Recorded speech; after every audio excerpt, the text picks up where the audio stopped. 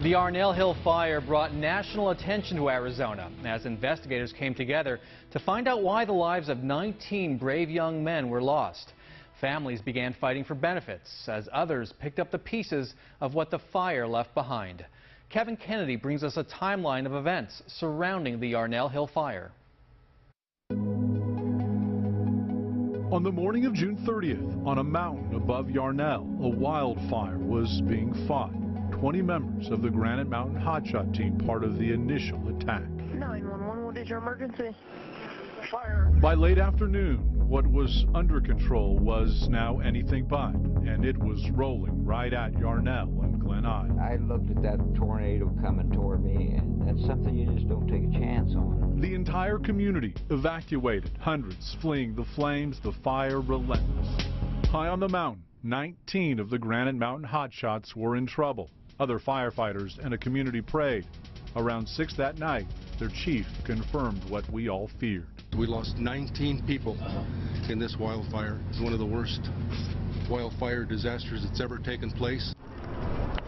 By the next day, a memorial outside their fire station was forming. A community was suffering. The first time my wife and I saw this, both of us had tears in our eyes. As the memorial grew, reality set in. Not only did this fire kill, it destroyed. More than 100 homes reduced to rubble. We've had our moments, as everybody, and but we're a tight-knit community, and we'll pitch together and we'll get through it. In the days that followed, we would learn the names of the fallen, 19 heroes who died doing what they loved. He was the most amazing man, best person I know. A contagious smile, a heart of gold. By the end of the week, investigators from all over the nation were in Arizona. Everyone wanted answers. We'll look at fire behavior, we'll look at the fuels, we'll look at the extreme fire weather, the human factors, the fire equipment. As the crew carriers for the Granite Mountain Hotshots leave the Yarnell Hill Fire and begin their journey home, all personnel in the incident will observe an operational pause in remembrance of our fallen comrades. 1 week after the tragedy, our state stood united, honoring a sacrifice 19 men made while embracing the families. They were amazing young men. All of them had character and honor and integrity, and they died the way they lived.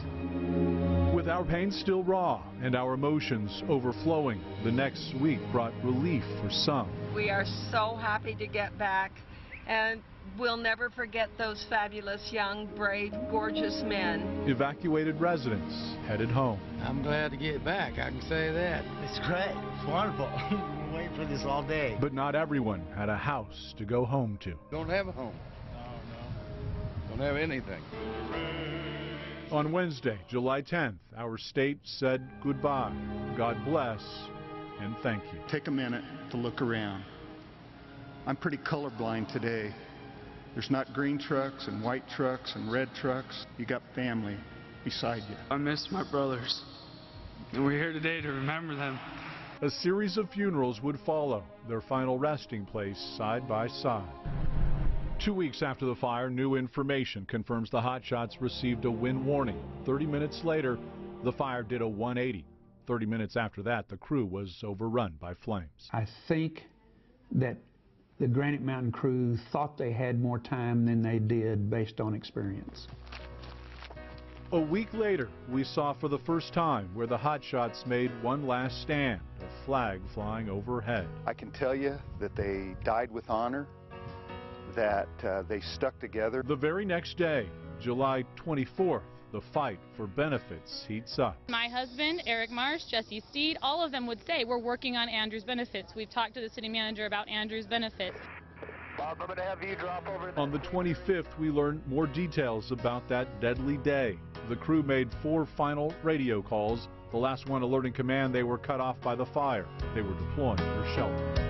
On July 30th, outrage and anger over an opinion. State Forestry official Jim Payne critical of decisions made by Eric Marsh, his chief, on the defensive. I think this is one of the most disgusting incidents that I've had in my entire career for somebody that would say, give this kind of information. Then in August, after reviewing the facts, Prescott decides it will not provide additional funds to the seasonal firefighters. They really had A week later, another widow joins the fight for benefits. Roxanne Warnicki, pregnant with her first child. I really don't want any other families to be going through this. How much time? 2 months after the fire, 911 calls are released detailing the panic and the enormity of this fire.